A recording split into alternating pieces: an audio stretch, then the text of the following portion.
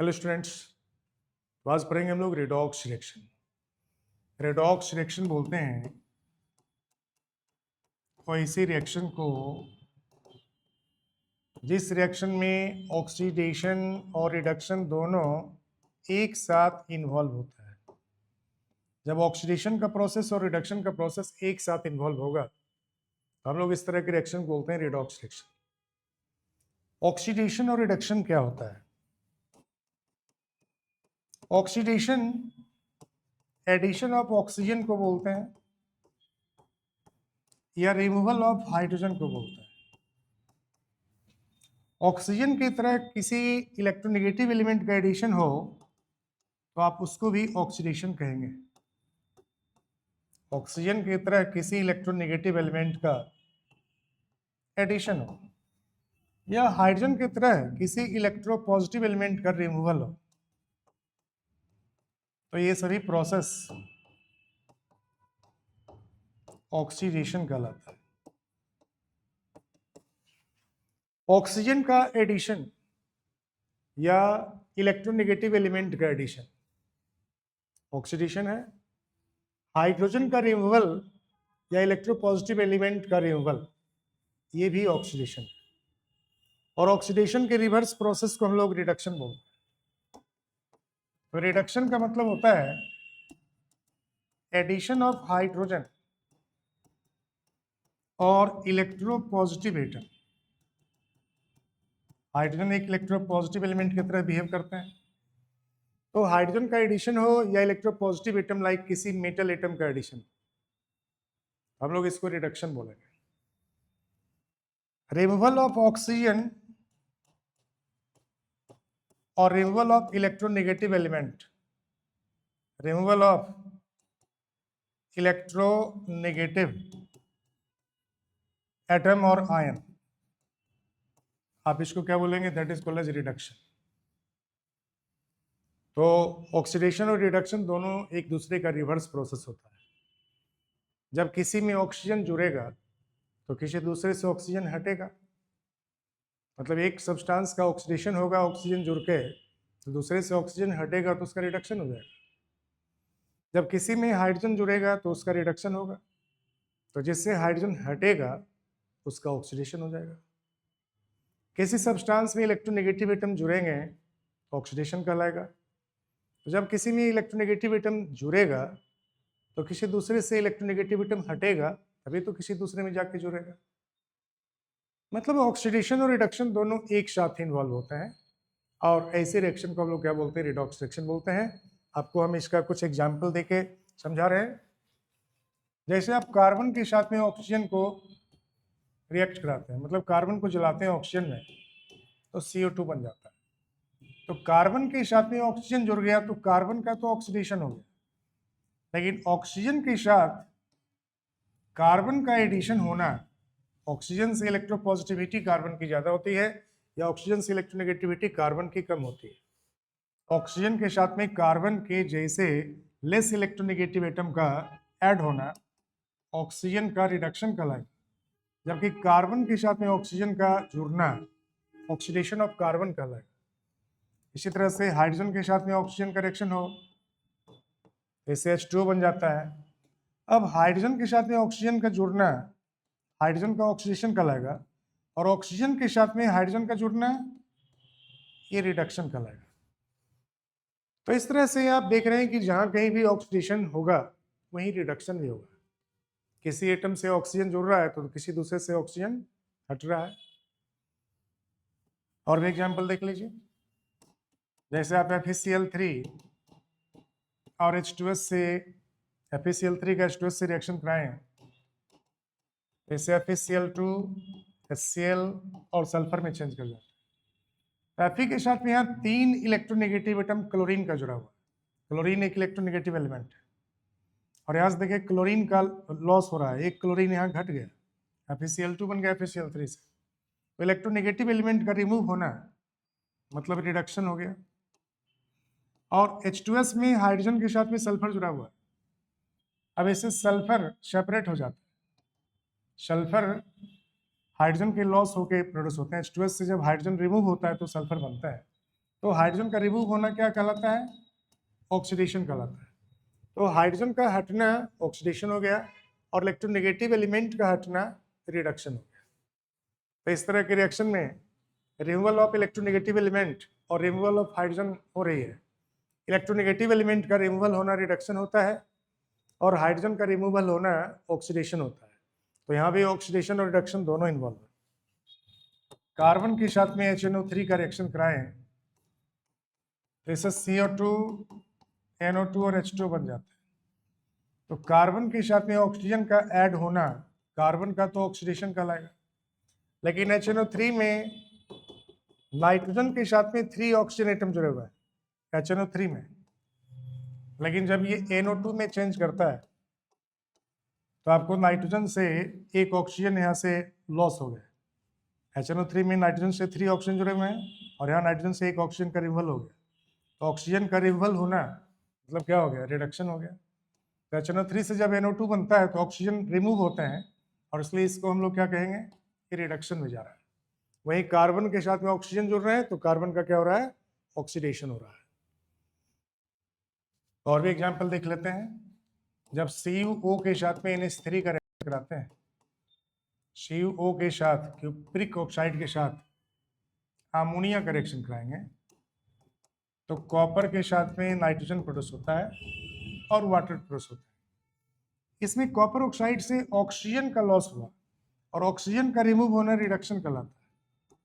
वही NH3 से hydrogen का रिमूवल होना, NH3 से हाइड्रोजन रिमूव हुआ तो नाइट्रोजन प्रोड्यूस हुआ, हाइड्रोजन का लॉस होना ऑक्सीडेशन कहलाता है। तो आपको ऑक्सीजन का लॉस होना रिडक्शन और हाइड्रोजन का लॉस होना ऑक्सीडेशन, यानी कि यहाँ भी दोनों ही इन्वॉल्व है, ऑक्सीडेशन और रिडक्शन दोनों इन्वॉल्व है। आप ऐसे रिएक्शन को जिसमें ऑक्सीडेशन और रिडक्शन दोनों प्रोसेस इन्वॉल्व हो, आप इसको रिडॉक्स रिएक्शन बोलते हैं।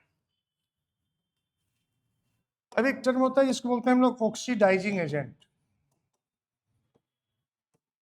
और दूसरा टर्म होता है जिसको बोलते हैं रिड्यूसिंग एजेंट।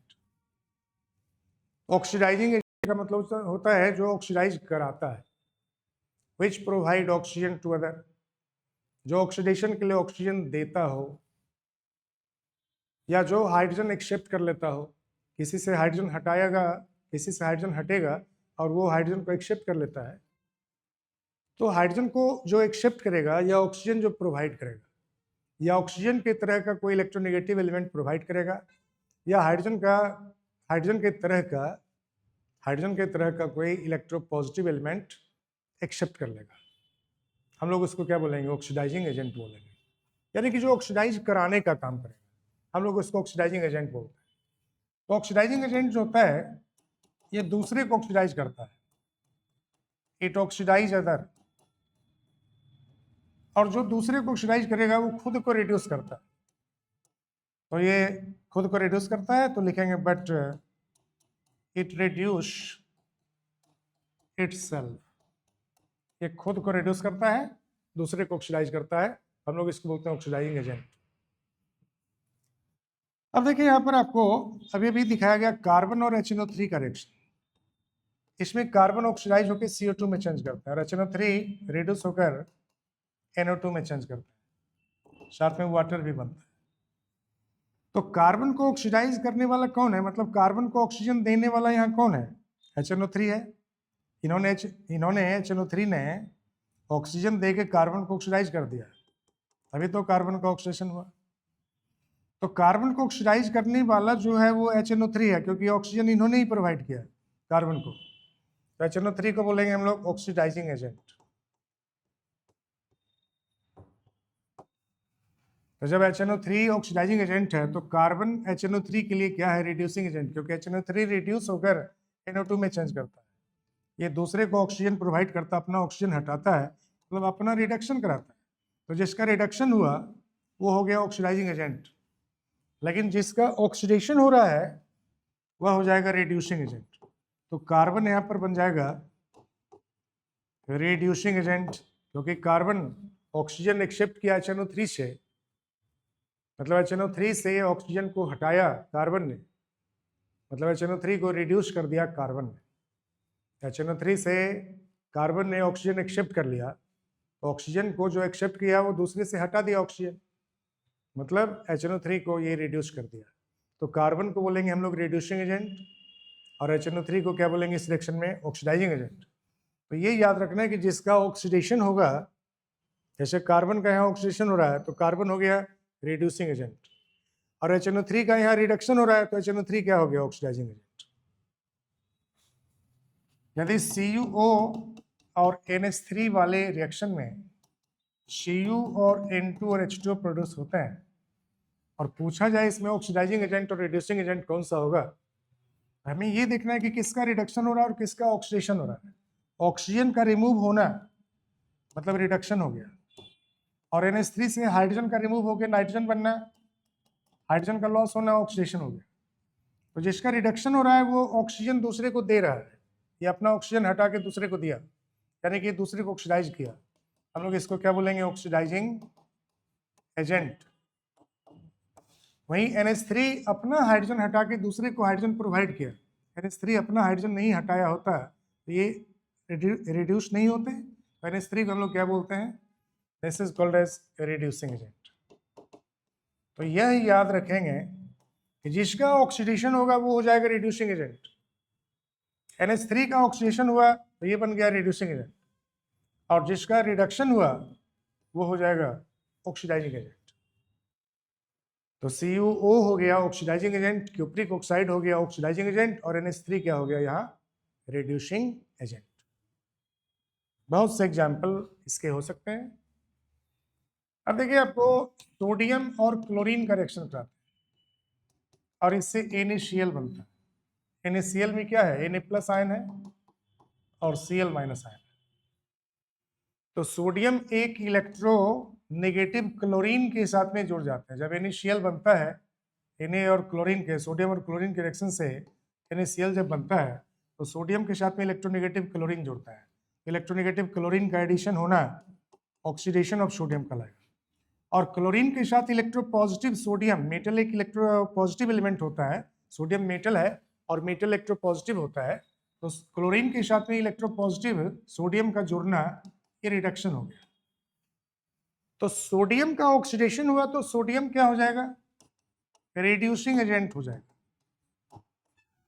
जिसका अपना ऑक्सीडेशन हुआ वो दूसरे के लिए रिड्यूसिंग एजेंट होगा, और क्लोरीन का अपना रिडक्शन हो रहा है तो क्लोरीन सोडियम के लिए क्या बन जाएगा, ऑक्सीडाइजिंग एजेंट हो जाएगा। ये ऑक्सीडाइजिंग एजेंट हो जाएगा। इसी तरह से हम और भी रिएक्शन देख सकते हैं।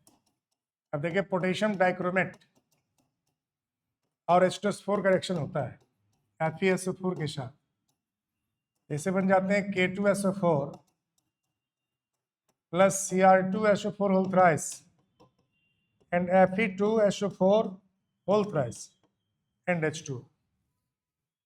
तो आपको यहाँ पर पोटेशियम डाइक्रोमेट जब H2SO4 से रिएक्ट करते हैं, साथ में FeSO4 है, तो K2Cr2 खुद को रिड्यूस करता है और FeSO4 का ऑक्सीडेशन होता है। अब इसको हम लोग कैसे समझेंगे, इसको पार्शियल इक्वेशन मेथड से हम लोग बेटर समझ सकते हैं। तो पार्शियल इक्वेशन हम लोग इसके लिए बनाएंगे, इसके लिए हम लोग पार्शियल इक्वेशन बना के समझेंगे। पार्शियल इक्वेशन बना के इसको हम लोग समझते हैं। जब K2Cr2 H2SO4 से रिएक्ट करते हैं तो इससे बन जाता है K2SO4 और Cr2SO4 होल थ्राइस, और साथ में प्रोड्यूस होता है ऑक्सीजन।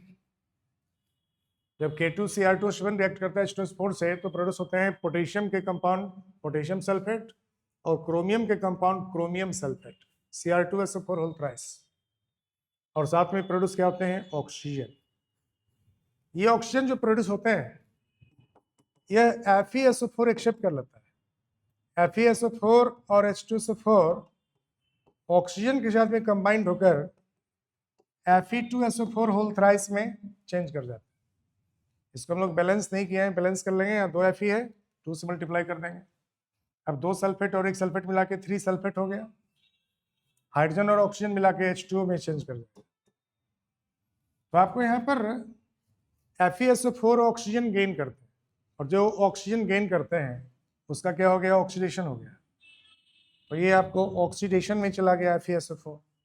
जबकि पोटेशियम डाइक्रोमेट ऑक्सीजन रिमूव करता है, ऑक्सीजन देता है। तो जो ऑक्सीजन देने वाला है, जो ऑक्सीजन रिमूव कर रहा है, हम लोग उसका क्या बोलेंगे, रिडक्शन बोलेंगे। तो जिसका ऑक्सीजन लॉस हो रहा है एसिडिक मीडियम में, H2SO4 मीडियम में रिएक्ट करके, हम लोग उसको क्या बोलेंगे, जो ऑक्सीजन दे रहा है, जो ऑक्सीजन प्रोवाइड कर रहा है, उसको ऑक्सीडाइजिंग एजेंट बोलते हैं। ऑक्सीडाइजिंग एजेंट को ऑक्सीडेंट भी कहा जाता है। Oxidizing agent is also called oxidant. और FeSO4 का रिडक्शन होता है, सॉरी FeSO4 का ऑक्सीडेशन होता है। FeSO4 को हम लोग क्या बोलेंगे, जिसका ऑक्सीडेशन होता है वो हो गया रिड्यूसिंग एजेंट। FeSO4 का ऑक्सीडेशन हो रहा है तो FeSO4 क्या हो गया, रिड्यूसिंग एजेंट। और K2Cr2O7 का रिडक्शन हो रहा है तो रिडक्शन वाले सब्सटेंस बन जाते हैं ऑक्सीडाइजिंग एजेंट।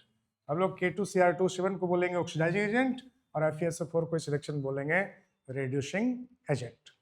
अगले दिन बताएंगे आपको modern concept of redox reaction. Redox reaction का जो मॉडर्न कंसेप्ट है वो इलेक्ट्रॉन ट्रांसफर कंसेप्ट है। इलेक्ट्रॉन के लॉस और इलेक्ट्रॉन के गेन से हम लोग कैसे ऑक्सीडेशन और रिडक्शन होता है इसको समझेंगे। इसके बाद समझेंगे ऑक्सीडेशन नंबर कंसेप्ट, और ऑक्सीडेशन नंबर हम लोग फाइंड कैसे करते हैं, बहुत ही इंपॉर्टेंट है। ऑक्सीडेशन नंबर फाइंड करना यदि आप नहीं सीखिएगा तो पूरे इनऑर्गेनिक केमिस्ट्री में आपको प्रॉब्लम होगी, इसलिए बहुत ही इंपॉर्टेंट चैप्टर है। यदि आप क्लास 12th में जाएंगे तो इलेक्ट्रोकेमिस्ट्री पढ़ने के लिए भी रिडॉक्स रिएक्शन का कंसेप्ट होना चाहिए, और इसके साथ साथ जितने भी इनऑर्गेनिक के टॉपिक्स आएंगे, इनऑर्गेनिक केमिस्ट्री समझने के लिए रिडॉक्स रिएक्शन का कंसेप्ट होना एकदम निहायत जरूरी है। तो जिन बच्चों ने सब्सक्राइब नहीं किया हमारे चैनल को, और यदि आप देख रहे हैं तो सब्सक्राइब कर लें ताकि हमारे नेक्स्ट वीडियो भी आपको मिल पाए। Thank you.